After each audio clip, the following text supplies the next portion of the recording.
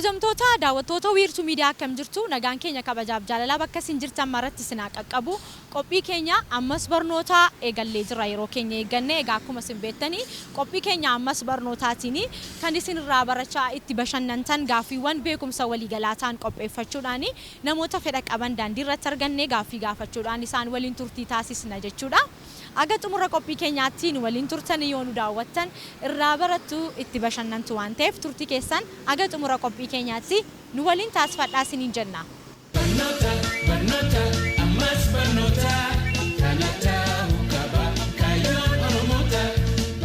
Tolee guddaa galatoomii maqaa kee nutti walaa baru. Maqaan koo Joosii Taaddee jedhama. Takkaa Balaachoon jedhama. Maqaan koo Taaddee Guddaan jedhama. Maqaan koo Sanyii Faradii Admaasuun jedhama. Tokkichoo Fiixeen jedhama. Maqaan kiyyaa Gazzaanyii Kumsaan jedhama. Maartaa Nugusee.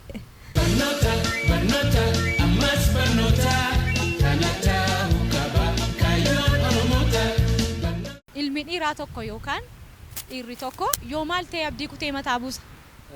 Yeroo hojii tokko osoo hojjechaa jiru hojii sun yeroo jalaa faalleessan yookiin immoo yeroo ta'uu fidide abdii kutachuu danda'a. Kaayyoon isaa yoo galma ga'uu dide jechuudha. Eeyyee. Ilmi dhiiraa abdiin kutu. Miti inni maaf abdii?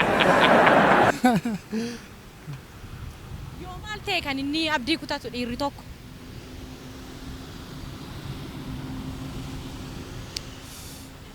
Yoo kaayyoon isaa karaatti hafe yaada sana bira ga'uu gaafa dadhabu abdii kutuu danda'a. Kanarraa kan hafinuma yaala malee abdiin kutee yaada. Ilmi tokko an abdii kutee taa'u yoon barannes abdii kutaa yoo moo gargaarsas dhabe abdii kutaa. Yoo moo wanta hojjete tokko jalaa badellee abdii kutuu danda'a. Tokkoffaa wanta yaade sana galmaan ga'uu gaafa dhabu abdiin kutaa. Wanta mooraalii isaa yookiin haamilee isaa kuffisan yoo dhufan kana kaatiin abdii kutuu danda'a. Yoo inni kan abdii kutu yaa'u namni yoo abdii qabaate waan baay'ee yaaduu danda'a rakkina irraan ta'uu danda'a. Rakkatee waan addaa keessa gaafa galee abdii kutuu danda'a. Garuu abdii waa duuba jiraate taanaan karaa kanaan immoo karaa kana jijjiiruu danda'a jedhee hoo yaade abdii kutachuu hin danda'u. Yoo waa itti abdii isa kutachiisu isa miidhama isaa santu yoo abdii isa kutachiisaa jechuudha. Rakkina irraan kan ka'e. Wayin harka qalleeyyii ta'uu danda'a, wayin qaama miidhamaa ta'uu danda'a. Batalee qaama miidhamaan illee abdiin kutatu namni rakkoo akkasii irraan abdii kutataa waan jedhu kaasuu barbaadetan. Okay. Ilmi dhiiraa tokko yoo maal ta'e abdii kutatee mataa buusa yoo jette maybe wantoota lama sadii ta'uu danda'a. Tokko haalli jireenyaa mataa gadi qabachiisuu ni danda'a. Lammaffaa immoo fakkeenyaaf karaa jaalalaatti immoo yoo dhabne nama jaallate tokko waggaa dheeraa yoo jaallatee dhabee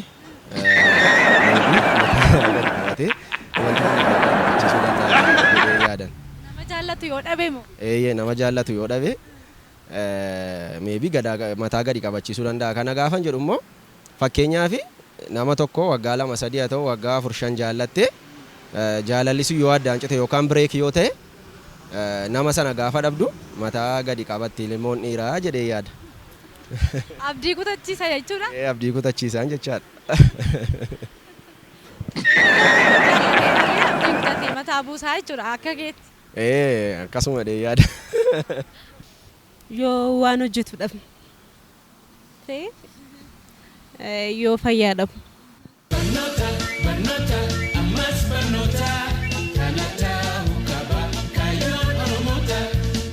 Ani lubbuun qabu garuu guddachuu nan danda'a. Ani somban qabu garuu qilleensi na barbaachisa. Ani afaanin qabu yoon bishaan dhuge na ajjeesa. Ani eenyudha? Ibidda. Deebisaa abiddadha yaada abiddadha. Sababiin isaa abiddi oksijiinii malee boba'uu hin danda'u. Bishaanitti namnaa immoo nama gaafa wanti inni gubatu itti dabalu guddata.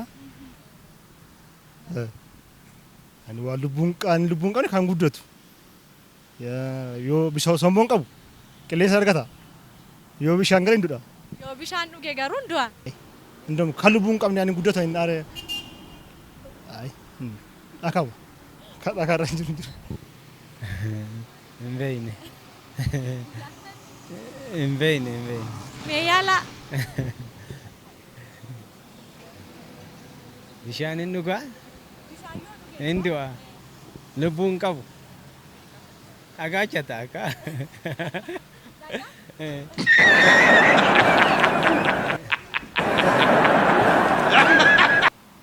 Hin beeku lakki. Dhugaan beekan. Hin cima. Kun gaafii guddaadha waan ta'eef namni somba hin qabne immoo jiraachuus hin danda'u. Gaafii sadii kaastee wantichi gaafii sadii naa dhiyeessite. Yoon bishaan dhugee nan du'aadha dhumni isaa ani eenyuudhaadha. Yoo bishaan dhuge nan du'a. Namni kamiyyuu bishaan dhuge kan du'u hin jiru waan ta'eef tariiti kan bishaan seenellee du'an tuuta malee. Qurxummii. Miti mee yaala. Bishaan keessaa baatee kan duutu qurxummiidha. Kan biraa beekun. Yoon bishaan dhugee nan du'aadha. Yoo bishaan dhugdee hin jiraattu hin duuti. Hin beeku.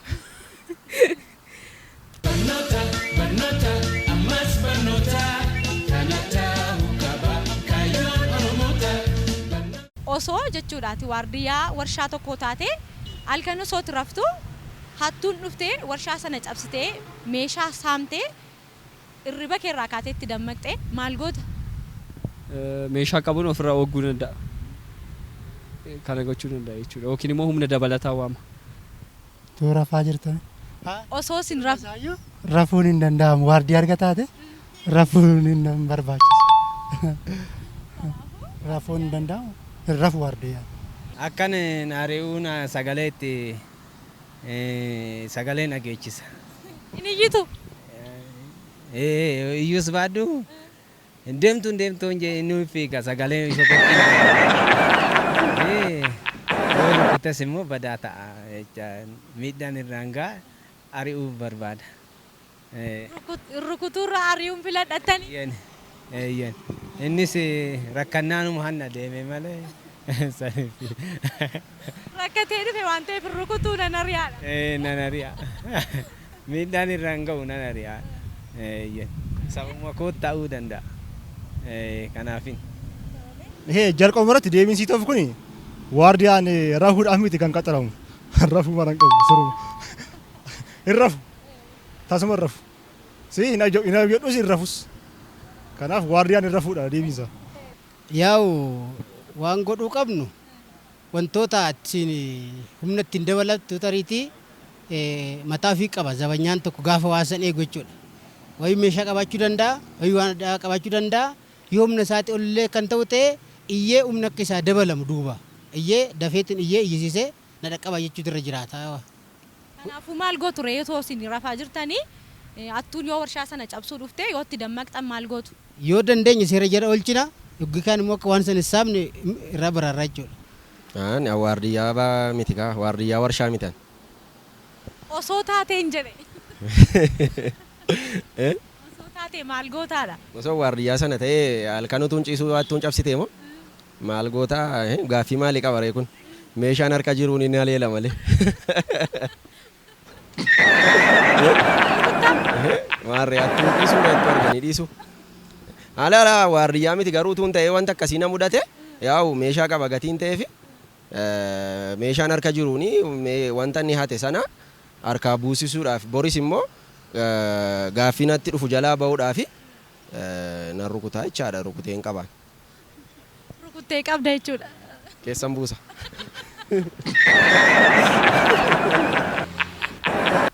Halkan utuu nan rafu meeshaa qaba waan ta'eef namni waardiyyaan durumayyuu meeshaa qabateetu kan meeshaa biiroo tokko seegu. Kanaafuu meeshaa koo sanii nan rukuta. Rukuta? Kan biraa immoo yoon humna kootiin danda'e immoo qabuu kan danda'u yoo ta'e humna kootiin qabee gara qaama ilaallatutti qaama seeraatti ni dhiyeessa.